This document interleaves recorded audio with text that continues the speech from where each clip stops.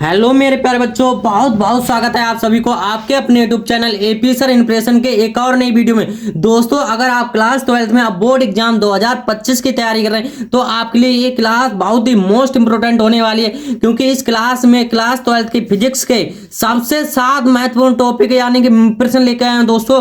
जो प्रश्न जो हर साल बोर्ड एग्जाम में पूछे जाते हैं, वो भी दोस्तों 1, 2, 3 नंबर वाले प्रश्न लेके आया हूं दोस्तों। ये प्रश्न लेके आया हूं, ठीक है। वीडियो के अंत तक बने रहिए, जिससे कि जो क्वेश्चन लेके आए दोस्तों आपके लिए अच्छे समझ में आ सके।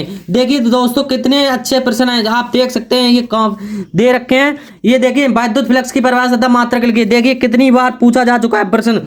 15 में, 19 में, 22 में आप देख सकते हैं जो प्रश्न लेके आए, 7 प्रश्न के अभी आंसर करवाएंगे दोस्तों। थोड़ी सी वीडियो लॉन्ग हो सकती है, इसलिए वीडियो के लास्ट तक बने रहिए, जिससे कि जो प्रश्न लेके आए आपके लिए अच्छे से समझ में आ सके, ठीक है दोस्तों। बस इन 7 प्रश्नों को पढ़ लो, हर साल बोर्ड एग्जाम में आते हैं, इससे बाहर कुछ नहीं आएगा, ठीक है। तो वीडियो के लास्ट तक बने रहिए। और दोस्तों, अगर वीडियो पसंद आ जाए तो लाइक कर देना और एक प्यारा सा कमेंट कर देना, और दोस्तों के साथ ज्यादा से ज्यादा शेयर कर देना। और अगर चैनल पर नए, चैनल को सब्सक्राइब नहीं किया तो चैनल को सब्सक्राइब कर लें, ठीक है। चलते हैं क्वेश्चन की ओर। देखिए प्रश्न क्या दे रखा हमारा, वैद्युत फ्लक्स की परिभाषा तथा मात्रा के लिए। वेरी वेरी मोस्ट इंपोर्टेंट है दोस्तों बोर्ड एग्जाम 2025 के लिए। ये कई बार आप देख सकते हैं पूछा जा चुका है, इसलिए ये क्वेश्चन को आपको अच्छे से देखना है, जिससे कि समझ में आ सके, ठीक है। देखिए वैद्युत फ्लक्स क्या होता है। वैद्युत क्षेत्र में स्थित किसी काल्पनिक पृष्ठ पर वैद्युत फ्लक्स उस पृष्ठ से होकर गुजरने वाले विद्युत बल रेखाओं की संख्या की माप है। क्या है? माप है। जैसे दोस्तों हम समझ लेते हैं, जैसे मान लो क्या है, किसी उस पृष्ठ से होकर मान लो कोई एक बंद पृष्ठ है। क्या है? एक बंद पृष्ठ। यहां पर एक बंद पृष्ठ बना लिया दोस्तों, ठीक है।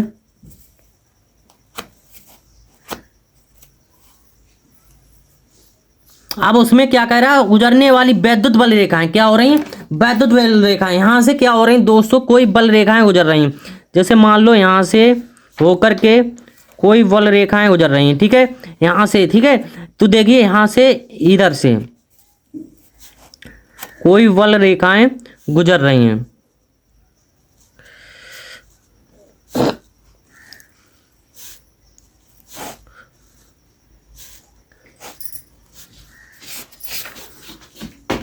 अब देखिए यहां से क्या हुआ, बल रेखाएं गुजर गई, तो यहां पर कोई हम अल्पांश मान लेते हैं दोस्तों। यहां पर कोई अल्पांश मान लेते हैं डी ए, ठीक है। यहां से क्या है, हमारी जो बल रेखाएं गुजरने वाली वैद्युत रेखाओं की माप की संख्या, ठीक है। तो काल्पनिक पृष्ठ से वैद्युत फ्लक्स, यानी कि मान लो दोस्तों यहां से कोई हमारी एक रेखा गई, जिसको हम मान लेते हैं यहां पर डी ए। क्या मान लेते हैं दोस्तों?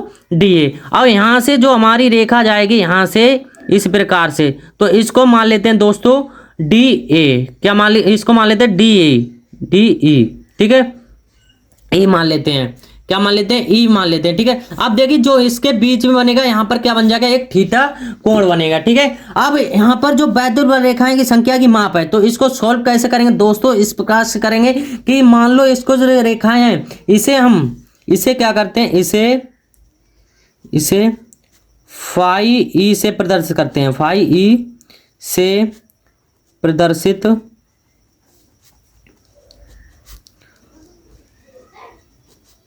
करते हैं, ठीक है।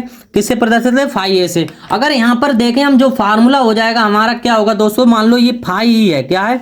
फाई ई इजकल टू जो होगा, देखिए अल्पांश है, अल्पांश के लिए क्या लगा देंगे हम, इंटीग्रल। यहां पर क्या है हमारा ए इंटू ई, क्या है हमारा E vector into D A. क्या? डी ए, यानी कि अल्पांश का निकालेंगे। किसका निकालेंगे? जो हमारा अल्पांश दे रखा है, अल्पांश माना था हमने, इसका निकालेंगे इंटीग्रल, ठीक है, समाकलन करेंगे इसका। तो हमारा एक फार्मूला पीछे पड़ा होगा दोस्तों, आप पढ़े चुके होंगे।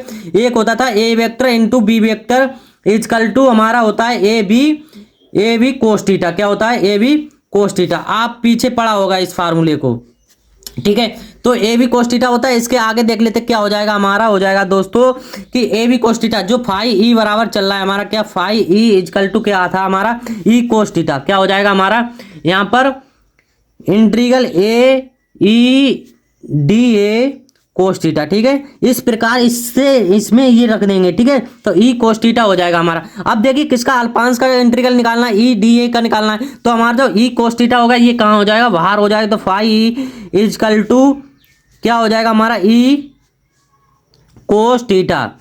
और इंटीग्रल में क्या होगा, ई इंटू डी ए। ठीक है, ई इंटू डी ए। अब ई इंटू डी ए का एक फार्मूला सूत्र होता है दोस्तों कि ई इंटू डी ए दे रखा है। ठीक है, अब देखिए ई इंटू डी ए को तो बाहर निकालिए, तो बचा क्या हमारा, डी ए बचा है, केवल क्या बचा है, डी ए। डी ए का निकालेंगे। अगर एक फार्मूला होता था हमारा इंटीग्रल में, डी एक्स बराबर होता है ए एक्स, यानी क्या होता है ए एक्स। ठीक है, तो ये किसका इंटीग्रल होता है, यहाँ पर क्या है, डी ए। जब डी ए तो हमारा यहाँ पर डी ए इजकल टू क्या हो जाएगा, ए। ठीक है, क्या हो जाएगा, ए। अब यहाँ पर कर देंगे इसका, तो हमारा होगा यहाँ पर phi E equal to E cos theta. क्या है, ई कोस थीटा।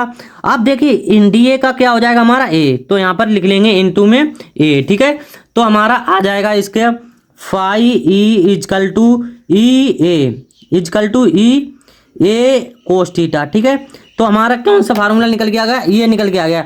अब इसका अगर दोस्तों क्या पूछ ले, मात्रक पूछ रहा है। क्या पूछ रहा था, मात्रक।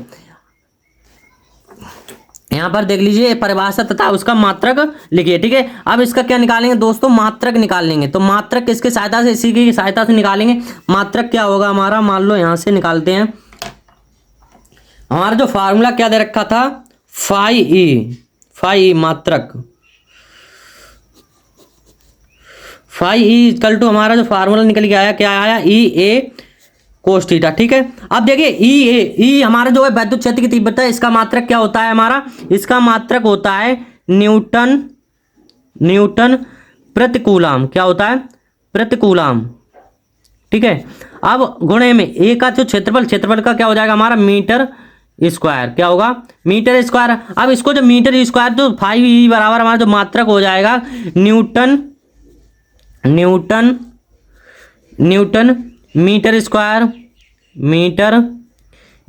प्रति कूलम स्क्वायर। ठीक है, क्या हो जाएगा, कूलम स्क्वायर। अब जो यहाँ में एक फार्मूला इसका मात्रक और होता है दोस्तों, यहाँ में लिख लेते हैं। क्या होता है, इसका मात्रक होता है वोल्ट मीटर। ठीक है, ये फार्मूला सूत्र हो जाए। अगर दोस्तों इसी की क्या पूछ ले, बीमा पूछ ले, क्या पूछ ले, बीमा। तो बीमा जो इसकी हमारी होती है, बीमा होती है दोस्तों IML 3 T माइनस का 3 A माइनस का 1। ठीक है, तो इसकी क्या हो जाएगी, बीमा हो जाएगी। तो दोस्तों आई होप, मैं आशा करता हूँ आपके लिए ये क्वेश्चन अच्छे से समझ में आ गया होगा। ठीक है, अब इसका नेक्स्ट क्वेश्चन देखिए दूसरा क्वेश्चन हमारा क्या दे रखा है, कूलाम का वैद्युत बल संबंधी नियम लिखिए। क्या लिखिए, कूलाम का वैद्युत बल संबंधी नियम लिखिए। इससे संबंधित किसका, कूलाम का नियम लिखना है। तो कूलाम का नियम क्या होगा दोस्तों, कूलाम के नियम के अनुसार। ठीक है, तो ये जो हमारी परिभाषा दे रखी है, दो स्तर बिंदु, क्या दे रखा है, दो स्तर बिंदु आवेशों के बीच लगने वाला आकर्षण अथवा प्रतिकर्षण बल दोनों आवेशों के गुणनफल के अनुक्रमानुपाती होता है। क्या होता है, अनुक्रमानुपाती, तथा उनके बीच की दूरी वर्ग के व्युत्क्रमानुपाती होता है। ठीक है, ये हमारी क्या हो गई, एक परिभाषा हो गई, डिफिनेशन हो गई। अब देखिए इसकी जो हमारे क्या निकालना है, इसके बल के दोनों के क्या बीच की दूरी के वर्ग के अनुक्रमानुपाती होता है। जैसे मान लो दोस्तों, हमारे एक बिंदु मान लिया यहाँ पर और एक बिंदु यहाँ पर मान लिया। ठीक है, एक बिंदु को हम नाम दे लेते हैं Q1 और दूसरे बिंदु को हम जो नाम दे लेते हैं, क्या दे लेते हैं दोस्तों, Q2। ठीक है, अगर इन दोनों बिंदुओं को मिलाएंगे, इन दोनों बिंदुओं को मिलाने पर, जब मिलाया हमने, तो यहाँ पर कोई बल भी लग रहा होगा। क्या लग रहा होगा, एक बल भी लग रहा होगा। और इनके बीच की दूरी हम मान लेते हैं, जो इनके कोई बीच की दूरी भी रही होगी, बीच की दूरी को क्या नाम दे लेते हैं, R नाम दे लेते हैं। ठीक है, यहाँ पर क्या नाम दे लिया, R। ठीक है, अब इसमें कह रहा है कि गुणनफल के अनुक्रमानुपाती होता है। जो हमारा जो Q1 और Q2 है, इसके बीच में क्या लग रहा है, कोई बल लग रहा है, एक आकर्षण अथवा प्रतिकर्षण। कौन सा बल लग रहा है, आकर्षण अथवा प्रतिकर्षण। अब दोस्तों जो आकर्षण और प्रतिकर्षण बल होता है वो कब लगता है, आपको पता होना चाहिए। देखिए दोस्तों, यहाँ पर क्या है, प्लस है, और यहाँ पर भी क्या है, प्लस है। अगर प्लस प्लस होगा दोस्तों, क्या होगा, प्लस प्लस होगा, तो जो हमारे दोनों आवेशों के बीच में बल लगेगा वो कौन सा लगेगा दोस्तों, प्रतिकर्षण बल लगेगा। क्योंकि प्लस प्लस के बीच प्रतिकर्षण और यहाँ पर प्लस होगा और यहाँ पर किसका होगा, माइनस का आवेश होगा। ठीक है, तो उनके बीच में हमारा कौन सा लगेगा दोस्तों, आकर्षण बल लगेगा, एक दूसरे के पास आएंगे। अगर प्लस प्लस होगा तो क्या होगा, हमारा प्रतिकर्षण होगा, एक दूसरे को दूर को ढकेलेंगे। ठीक है, ये बात आपको पता होना चाहिए। जैसे आप जानते हैं दोस्तों, जो लड़का लड़की होती है, लड़का लड़का से शादी कर सकता है, नहीं कर सकता है। ऐसे ही क्या होता है, लड़की लड़की से नहीं कर सकती है। इसीलिए क्या है, नेगेटिव और पॉजिटिव होना जरूरी है। तो लड़का लड़की होगा तभी तो शादी होगी दोस्तों, आप जानते हैं। ठीक है, देख कहां पे पहुंच गए, इसलिए आप चलते हैं टॉपिक की ओर। तो हमारा Q1 तथा Q2 के बीच में कौन सा बल लग रहा है, आकर्षण अथवा प्रतिकर्षण बल लग रहा है। अब देखिए जो हमारा कह रहा है, इसमें कुछ लिख लेते हैं दोस्तों इसके बीच में। तो हम लिखेंगे यहां पर, यदि दो बिंदु आवेश Q1 व Q2 एक दूसरे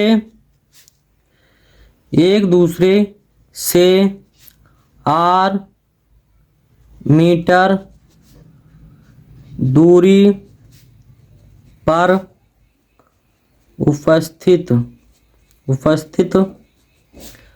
हैं तो उनके बीच लगने वाला बल। ठीक है, अब देखिए इनके बीच लगने वाला बल पूछ रहा है। ठीक है, तो हमारा जो बल लगेगा दोस्तों दोनों बिंदुओं के बीच Q1 व Q2, तो हमारा जो F बराबर क्या हो जाएगा दोस्तों, यहाँ पर हो जाएगा F समानुपाती, यानी कि दो बिंदु आवेशों के लगने वाला आकर्षण अथवा प्रतिकर्षण बल दोनों आवेशों के गुणनफल क्या होगा, गुणनफल के अनुक्रमानुपाती होता है। तो यहाँ पर क्या हो जाएगा, अनुक्रमानुपाती Q1 इंटू Q2, इसको मान लेंगे क्वेश्चन नंबर 1। ठीक है, आप देखिए अब क्या कह रहा है, उसमें आवेशों के गुणनफल के अनुक्रमानुपात तथा उनके बीच की दूरी हमारी क्या है दोस्तों, r का अगर वर्ग करेंगे तो क्या हो जाए, r स्क्वायर, व्युत्क्रमानुपाती तो 1/r² हो जाएगा। तो F समानुपाती हो जाएगा 1/r²। ठीक है, इसको मान लेते हैं क्वेश्चन नंबर 2। ठीक है, अब देखिए समीकरण 1 व समीकरण 2 मिल गई। आप क्या करेंगे दोस्तों, यहां पर लिख लेंगे समीकरण 1 व समीकरण 2 से। ठीक है, समीकरण 1 व समीकरण 2 से लिखेंगे तो हमारा क्या हो जाएगा, देखिए F इसमें भी F इसमें भी, तो यहाँ पर हो जाएगा F अनुक्रमानुपाती हो जाएगा Q1 इंटू Q2 अपोन में हो जाएगा हमारा r²। क्या हो जाएगा, r²। अब देखिए जो समानुपाती का चिन्ह अगर इसको हटाएंगे तो बराबर का चिन्ह लेके आएंगे तो हमारा एक k आ जाएगा कांस्टेंट, जिसको क्या हो जाएगा Q1 इंटू Q2 अपोन हो जाएगा हमारा r²। ठीक है, जहां पर k इक्वल टू हमारा होता है दोस्तों 1/4πε0। क्या होता है, यहां पर लिख लेंगे F इक्वल टू हो जाएगा हमारा 1/4πε0। ठीक है, जहां पर Q1 इंटू Q2 अपोन क्या हो जाएगा r²। ठीक है, ये निकल के आ जाएगा, ये हमारा क्या हो जाएगा कूलाम का नियम। क्या होता है, F equal to 1/4πε0 Q1 into Q2 upon r²। इसका जो मात्रक होता है क्या होता है दोस्तों, न्यूटन होता है। अगर यहाँ पर कुछ इसके जान लेते हैं दोस्तों, देखिए ये क्या हो गया, न्यूटन। ठीक है, अब यहाँ पर अगर पूछ लिया किसी ने जो k का मान होता है, यहाँ पर क्या था k बराबर होता है दोस्तों 1/4πε0। क्या होता है, 1/4πε0। अगर यहाँ पर 1/4πε0 का मान पूछ ले तो दोस्तों वो मान होता है 9 × 10⁹ क्या होता है 10⁹ न्यूटन मीटर स्क्वायर। क्या होता है, न्यूटन मीटर स्क्वायर प्रति कूलाम स्क्वायर। ठीक है, ये इसका क्या हो जाएगा, मात्रक हो जाएगा। जहां पर हमारा जो k होता है दोस्तों, k होता है एक अनुक्रमानुपाती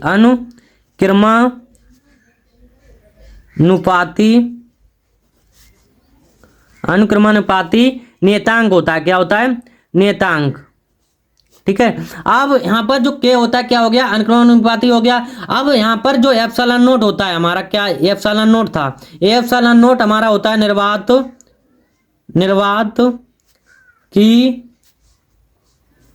निर्वात की वैद्युतशीलता। ठीक है, क्या होता है, वैद्युतशीलता होता है। ठीक है, इससे जो होता है दोस्तों इस प्रकार से ई का भी ε0 का क्या कहते हैं, निर्वात की वैद्युतशीलता। अगर आपने इस प्रकार से लिखना है, ठीक है, तो आई होप, उम्मीद करता हूं दोस्तों, आशा करता हूं आपके लिए ये भी क्वेश्चन बहुत अच्छे से समझ में आ गया होगा। ठीक है, अब इसका नेक्स्ट क्वेश्चन देखते हैं हम। देखिए नेक्स्ट क्वेश्चन क्या दे रखा है हमारा, विद्युत क्षेत्र की तीव्रता की परिभाषा तथा इसका मात्रक लिखिए। क्या लिखना है हमें, परिभाषा और इसका मात्रक। वेरी वेरी मोस्ट इंपोर्टेंट है दोस्तों ये भी क्वेश्चन आपके लिए।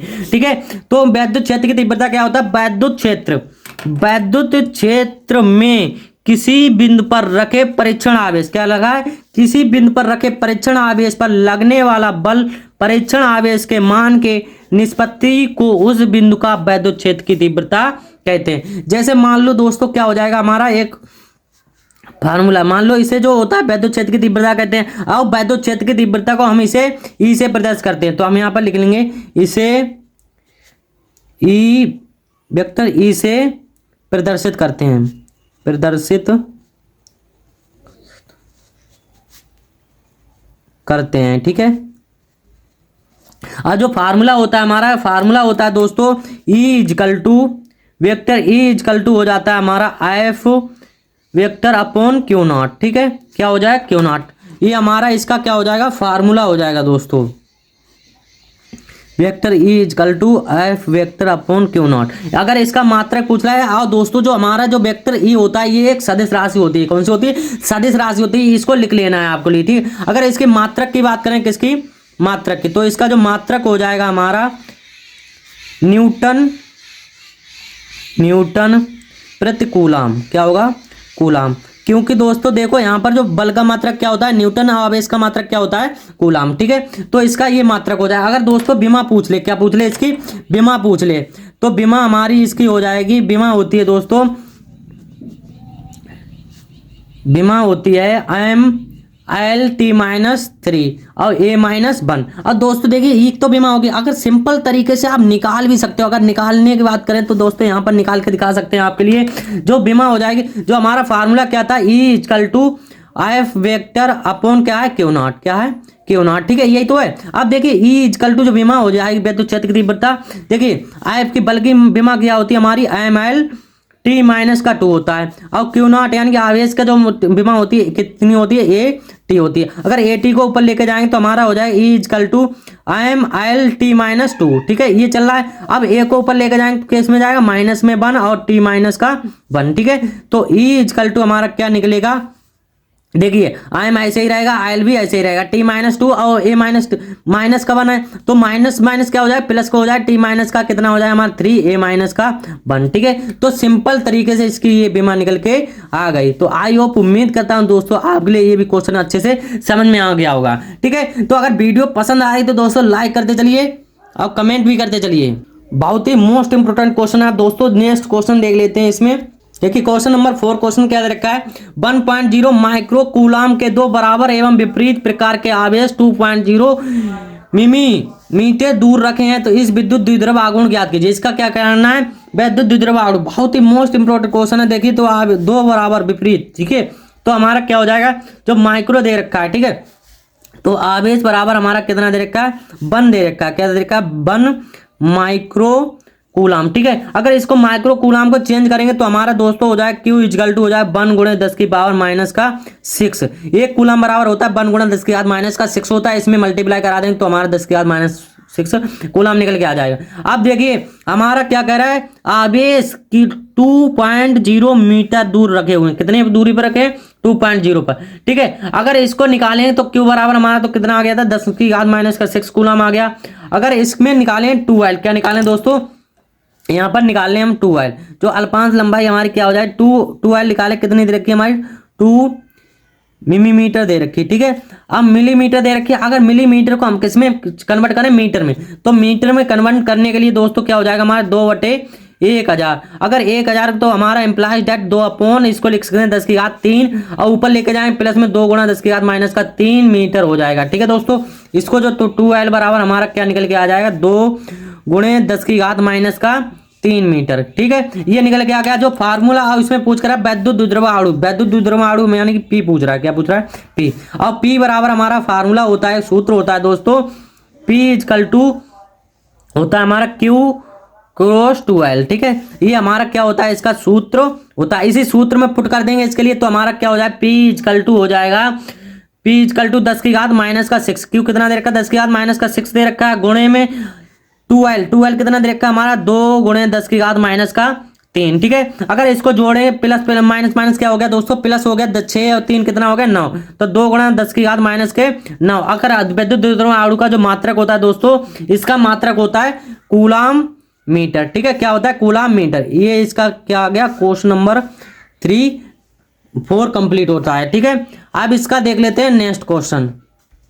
Next question very very most important दोस्तों, 10 पिको फैरेड का संधारित्र 50 वोल्ट मीटर जुड़ा है, तो संधारित्र में कितनी स्तर विद्युत ऊर्जा संचित होती है। ठीक है, बहुत बार में देखिए 2020, 23, 24 में पूछा गया है दोस्तों, इसलिए वेरी वेरी मोस्ट इंपोर्टेंट। अगर यहाँ पर देखें संधारित्र मेरा क्या हो जाएगा दोस्तों, ये यहाँ पर लिख लेते हैं सॉल्यूशन।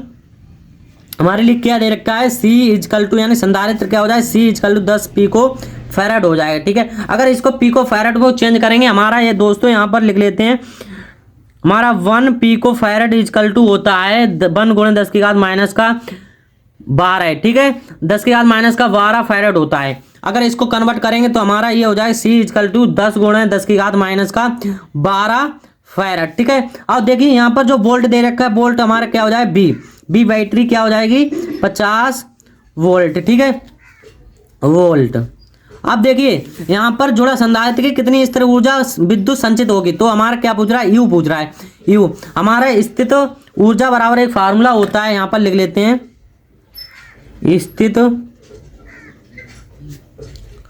ऊर्जा यू किससे दर्शाते हैं, यू इक्वल टू हो जाएगा हाफ सी बी स्क्वायर। क्या होता है हाफ सी बी स्क्वायर, ये हमारा क्या होता है इसका सूत्र होता है।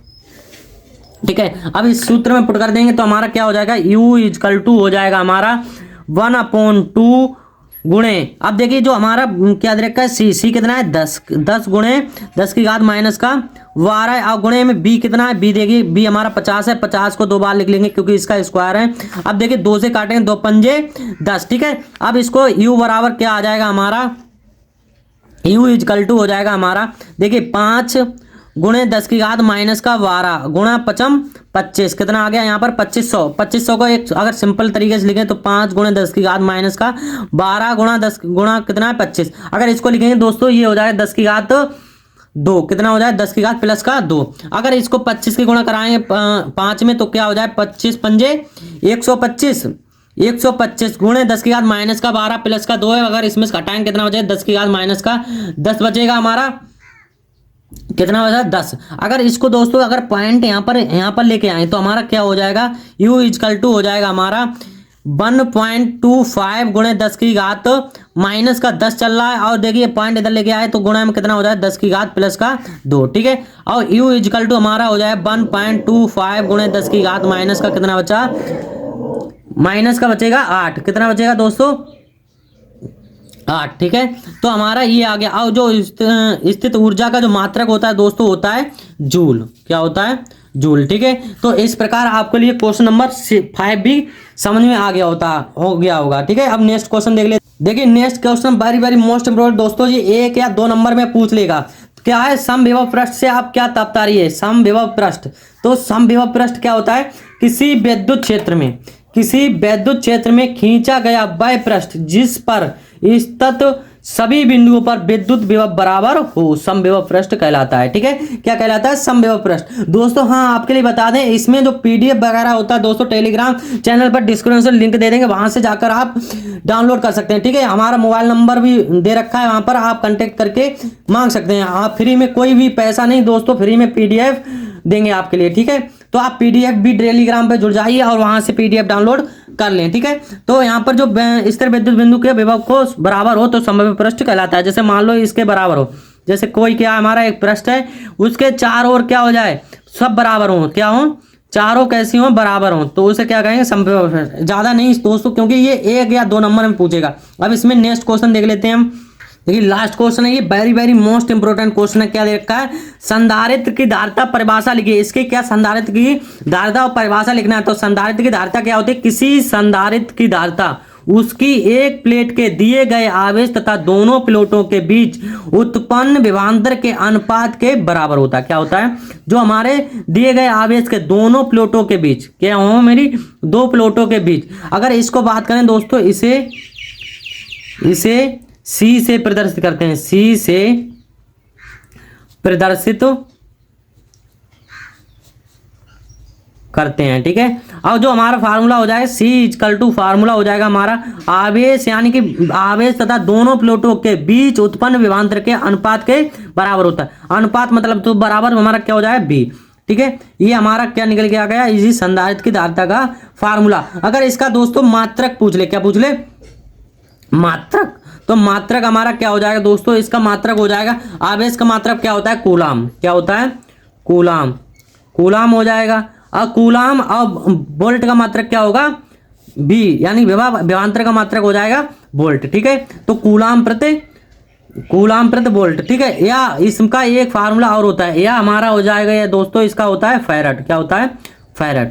दो मात्रक होते हैं, ठीक है। इसको आप देख लेना। अगर यहाँ पर दोस्तों ये क्वेश्चन बहुत बार पूछा जाता है कि 1 माइक्रो फैराड बराबर कितना होता है, 1 माइक्रो बराबर होता है 10 गुणा 10 की घात माइनस का 6 फैराड होता है। अगर पूछ ले 1 पीको फैराड, क्या पीको फैराड इक्वल टू होता है 10 की घात माइनस का 12 फैराड होता है, ठीक है। आपको ये क्वेश्चन बहुत ही अच्छे समझ में आए हो दोस्तों। आइयो, मैं आशा करता हूँ क्वेश्चन अगर आपके लिए अच्छे समझ में आ गए हो तो लाइक कर दें और एक प्यारा सा कमेंट कर दें, ठीक है। आप दोस्तों के साथ, आपके जो भी दोस्तों बोर्ड एग्जाम की तैयारी कर रहे हैं उनके पास शेयर कर दें। और अगर चैनल को सब्सक्राइब नहीं किया तो चैनल को सब्सक्राइब कर लें, जिससे भी अगर आप सपोर्ट कर रहे हैं दोस्तों, जिससे कि हम भी आपके लिए इसी प्रकार से वीडियो और ज़्यादा ला सकें, ठीक है। तो थैंक यू, बाय बाय, मिलते हैं ऐसे कोई मज़ेदार वीडियो के साथ।